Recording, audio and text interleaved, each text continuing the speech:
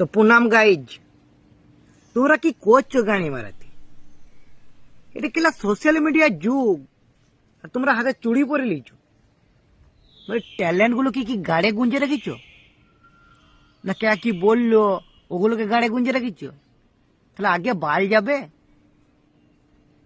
কোথাগুলো হয়তো গাড়ে লাগবে, কিন্তু আমি ঠিক বলছি মারা, কিছু করে দেখাও মারা।